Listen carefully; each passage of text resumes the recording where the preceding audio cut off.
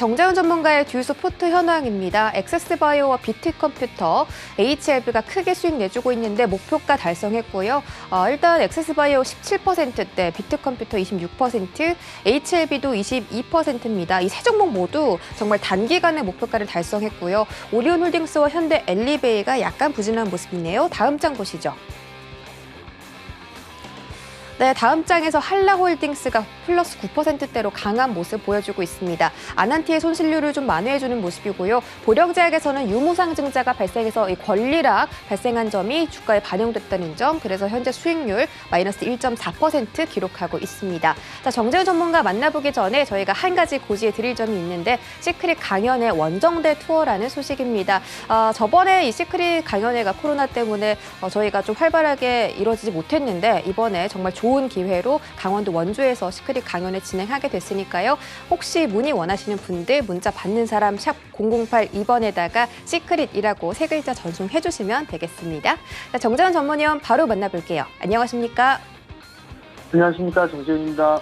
네, 반갑습니다. 자, 오늘 시장 좀 많이 걱정이 되는 것 같습니다. 전일 뉴욕 증시 3대 지수가 정말 큰 폭의 하락 조정을 받았고 10월 이후 최대 낙폭이라고 하는데요. 기술주들이 좀 다행히 선방을 해주는 모습이었고 오히려 경기 민감주들의 부진이 이어졌습니다. 거기다가 국제 유가까지 폭락하면서 에너지주 관련주도 하락세를 이어갔는데 오늘 시장은 어떻게 대응해 볼까요? 예, 전날 뉴욕 증시가 좀 하락을 했어요. 특히나 이 다우 지수가 장중에 2.7%대의 하락을 좀 보였었죠. 보게 되면 뭐 900포인트 넘게 좀 밀렸다라는 그런 얘기들이 좀 있는데요. 지수가 좀 많이 올라간 만큼, 아마 변동폭이 좀 꽤나 클 거다라고 좀 예상을 하시는 분들이 좀 많습니다. 뭐 다우 지수는 여전히 박스에 갇혀있는 그런 모습들이고요. 나스닥 시장 같은 경우도 재파락 출발을 좀 했었었죠. 근데 이제 양봉의 좀 모습을 보였습니다. S&P 500 또한 마찬가지로 61선을 좀 지지해주는 그런 모습들을 좀 보여주고 있고요. 근데 이제 여기서 좀 봐야 될 부분들이 MSCI 한국 인덱스 펀드예요. 여전히 박스 하반 자리대에 머물고 있는 그런 모습들이거든요. 5월달 저점 수준까지 내려왔어요. 그렇기 때문에 오늘 시장의 흐름들을 좀 체크를 해볼 필요성은 있을 것 같고요. 오늘 이 영향 때문에 한국 시장은 개파락 출발을 좀 하게 될 것 같습니다. 잠깐 30분 봉점 잠깐 보면요. 지수를 좀 보게 되면 한 차례 반등이 나오고 난 이후에 되돌리 조정인데요. 아마 밀려 내려오는 그런 모습들을 보여주게 된다면 장중에 아마 3,200포인트대를 하회하는 그러한 모습들이 좀 나오지 않을까 싶습니다. 그렇기 때문에 그 부분들을 좀 기다리는 그런 전략이 좀 좋지 않나라고 좀 판단이 되고요. 여기서 좀 봐야 될 부분은 여전히 환율에 대한 부분들을 좀 봐야 될 것 같아요. 달러 인덱스가 이 하락세대를 넘어서 버렸어요. 그렇게 된다면 원달러 환율도 마찬가지로 상승을 해주는 그런 모습들을 보여주겠죠. 1차 타겟팅은 일단 1160원입니다. 1160원짜리대를 넘어서고 난 이후에는 1180원까지 움직임이 좀 나올 수 있다라는 거, 그 부분 좀 염두를 해두고 시장을 좀 보는 그런 전략이 좀 좋지 않나라고 보여지고요.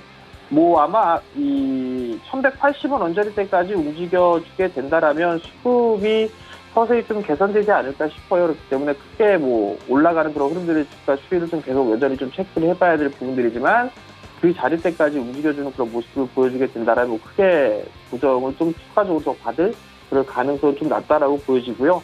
7월 달에 좀 변동성이 좀 나올 수가 있습니다. 코로나에 대한 부분들, 그다음에 뭐 경기 회복에 대한 이 부분들, 인플레에 대한 우려감, 뭐 이 부분들이 좀 계속 얘기가 나와주고 있는데 아마 미국 시장에 조정을 좀 받게 된다, 뭐 변동성이 생긴다라고 한다라면 아마 국채한도 협상이 될 겁니다. 뭐 국채한도 협상이 좀 제대로 안 된다, 잡음이 있다라고 하게 되면 거기에 따라서 좀 조정을 받을 수가 있다라는 거, 그 부분들까지도 좀 염두를 해주고 7월달 시장 좀 대비를 하는 전략이 좀 좋지 않나라고 좀 보여집니다. 시장이 밀리게 된다라면 지수에 대한 부분들은 여전히 좀 박스에 갇혀있는 그런 모습들이기 때문에 대형 지수들 같은 경우는 저점을 깨는 그런 모습들을 좀 보여줘야 될 것 같아요. 삼성전자를 단적으로 좀 보게 되면 저점 자리대가 최근에 나왔던 게 78,000원대거든요. 조금 더 기다려보는 그런 전략이 좀 괜찮을 것 같습니다. 뭐 추가적으로 좀 밀리는 그런 모습들이 좀 보여진다라면 그때 매수를 해보는 전략이 좀 좋을 것 같고요. 여기서 뭐 지지를 한다라고 해서 매수를 하는 뭐 그런 전략이 그렇게 썩 좋아 보이지는 않습니다. 뭐 현대차라든가 기아 다 마찬가지예요. 어찌됐든 간에 박스권에서 좀 움직임을 주고 있는 그런 모습들이니까 최근에 있었던 저점에 지지를 할 것이다라는 그런 부분들보다도 한번 깨는 그런 모습들이 좀 나왔을 때 관심을 좀 가지고 보는 전략이 좀 좋아 보이고요. 화학 쪽이라든가 철강, 특히나 철강 쪽 같은 경우는 조금 불확실한 그런 부분들이 있기 때문에 조금 관망하는 그런 전략이 좀 좋다라는 거, 그 부분 좀 말씀을 드리도록 하겠고, 어닝 시즌이기 때문에 여전히 뭐 수급 개선 종목군들은 계속적으로 좀 봐야 된다라는 거, 여전히 뭐 대형 섹터들보다는 중소형주들이 좀 더 유리한 그런 시장의 모습을 좀 보여주고 있고, 종목작으로 좀 지속되는 그런 모습을 보여주고 있기 때문에, 그러한 부분들을 좀 체크를 하면서 보는 게 좋을 것 같고요. 오늘 개파락 출발한다고 해서 심리적으로 크게 우려할 부분들은 없을 것 같습니다. 반등이 좀 나올 수가 있는 그런 부분들이니까, 그 부분들은 좀 기억을 하시고, 시장에 좀 대비를 하시면 좋겠습니다. 이슈에이한 트레이딩을 좀 보게 되면 5조 원 시장을 잡는다, 뭐 건기식 쪽에 있어서의 매출이라든가 이런 부분이 좀 더 늘어나고 있는 그런 모습을 좀 보여주고 있습니다. 그럼 거기에 따른 관련주들을 좀 볼 수가 있겠죠. 뭐 CJ 제일제당 같은 경우도 내수 섹터이기도 하지만 지수방어 쪽의 역할을 좀 하고 있죠. 그렇기 때문에 CJ 제일제당 같은 경우도 뭐 46만 원대 중반 자리 때 그 자리 때까지 좀 눌러주는 그런 모습을 보여주게 된다라면 접근이 좀 가능하지 않을까라고 좀 보여지고요.